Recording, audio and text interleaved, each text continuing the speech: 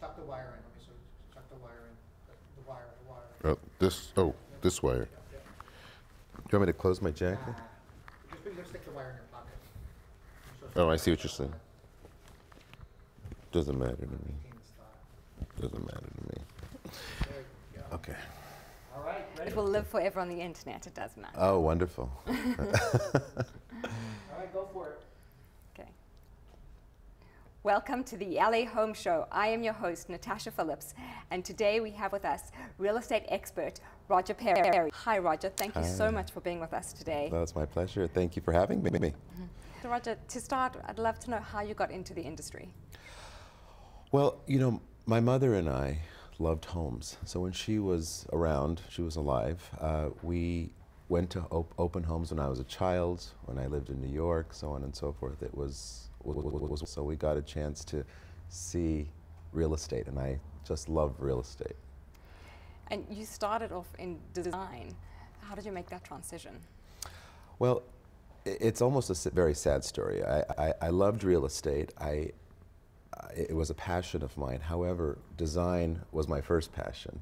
And because my mother was ill, I wanted to take time to take care of her.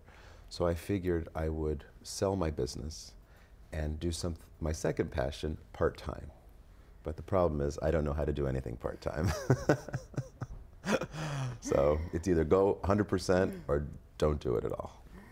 But I'm sure you get to incorporate design with real estate every day. Oh, absolutely, especially when you're helping clients get their homes ready for sale. Yeah. And so what keeps your passion alive today? To me, it's the art of the deal. I see so many homes, and there's so many beautiful homes, and one home is more beautiful than the next.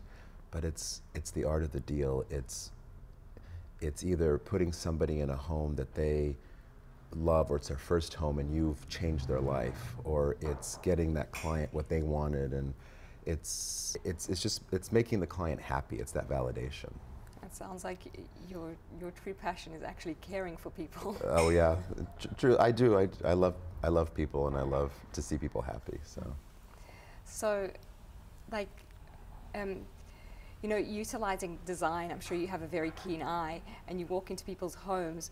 What has been like the most interesting or outrageous thing that you've seen going on a listing or taking buyers to see homes? Oh, there are so many different things. I'm always surprised by hoarders and people with multiple pets. Like I have been in a home with 30 cats. Oh, wow. Or books. People that you would never think are hoarders. And they have things stacked up, and you don't know what's behind those things and beyond those things. So it's always very shocking to see how people live behind the curtain. Yeah, I'm sure. Yeah.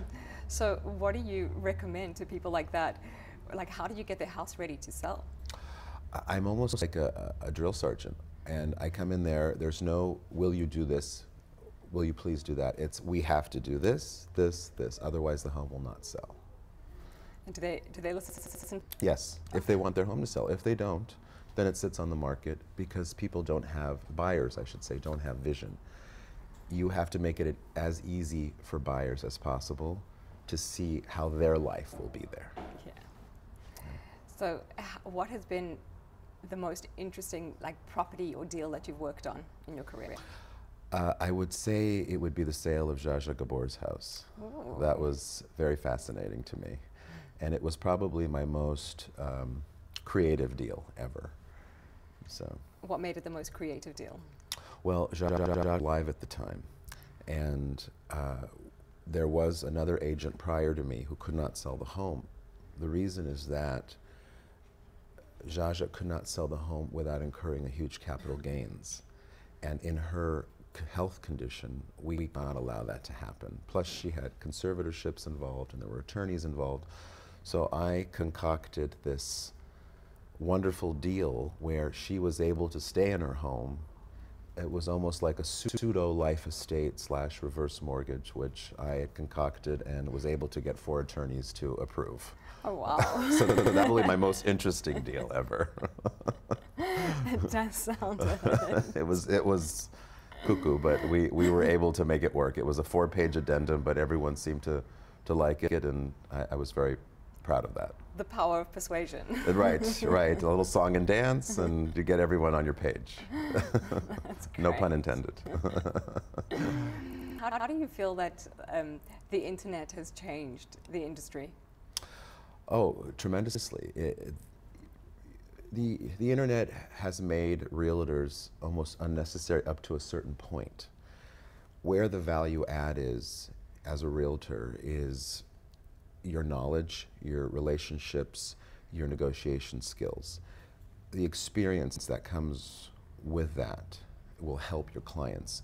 Anybody can go on the internet. There's so many different sites. There's Zillow.com, Redfin. They can look up their own properties. They don't need you for that. They don't need you to burn your shoe leather. What they need you to do is step in and get them the best price, the best terms, helping them go through multiple offers and guiding them and making them more attractive to a potential seller.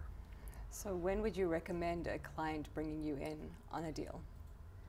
Oh, immediately, because we want to make sure they are properly funded, that they're prepared to pull the trigger when they need to, that they have the proper financing in place. They need the guide. You are, as a realtor, will do less work thanks to the internet, but the value add comes in from the beginning to keep them on a schedule and to keep them planning well. That's great. That's very good advice. So do you also find that with the internet you're having to show properties less frequently because they've already self-selected themselves, and you're seeing less properties than you would have beforehand? Yes. The great thing about a lot of the realtors today is that a lot of the good realtors today, let me rephrase that, is that they're very aggressive, especially listing agents. They keep the properties open if possible, if the owner allows it, of course. And it's great for the buyers because then they can go on their own on the weekend when they have time, because most people work and have jobs, otherwise they can't afford homes. So they go on the weekends, and some are smart enough to have them on Saturday and Sunday. We try to do that as well. Granted, the owner gives us permission, and they can do their own hunting. And then sometimes it's good to give them a list of what you think works best, since hopefully you've consulted with them, learned what their wants and needs are, and are able to tailor the search to them. And what is that feeling for you like when you pair a person with home? Oh, it's a wonderful feeling. I've done this for you, especially when you close on it for them, and you give them the keys, and especially if it's a first-time buyer or even somebody who's building a family and they move into a larger home. It's almost this strong feeling of gratification, like I was able to do this for you. I helped you change your life. So it's a wonderful feeling. That's great. Yeah. So do you have any tips and tricks to other agents or agents starting out in the industry? You be diligent, be consistent. Don't give up because it didn't work the first time. Deals do not happen quickly. They happen with constant care and follow-up and daily work. This is not a business where you're lunching and, oh, I'm going to sell a $10 million home tomorrow, and then, it's not like they show on TV. This is hard work, constant diligence, and keeping on top of your clients and making sure they see what they need to see. And do you think the TV shows have affected the business? Yes, because it gives it an idea of thing that doesn't exist. I mean, there's a level of things, of course, there's a level of glamour to the business. Why? Because they're appealing to everybody in the country who wants drama, that's what makes ratings. Yeah. But the real business is not as easy as people think it is. It's paperwork. It's constant, just making sure your clients. You're in the trenches for your clients. You have to be informed. I see this property at 123 Main Street. We need to get you there immediately. There may be multiple offers. You need to stay on top of that, and you're working with 30 people at a time. So you have to make sure all those 30 people, for example, are taken care of. It's good. That's good information. Yeah, sure. So, do you have any tips and tricks now for buyers and sellers? Be open with your terms. be smart, because it's not just price that will get you the deal for a buyer. So I'll take that back. For a buyer, be with your terms. With a seller, also look at the terms. Make sure, just because you're getting more money, it doesn't mean that you're getting the better deal.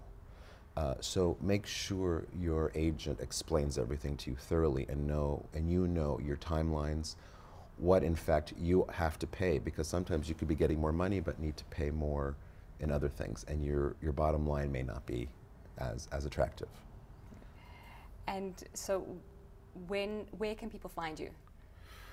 On my website, rodberry.com, or you can, can I give a phone number? Of course you can give call a our phone office number. at Rodeo Realty. You can reach us at Rodeo Realty in Beverly Hills and just ask for our office. And we have a nice team, and we're ready to help everybody.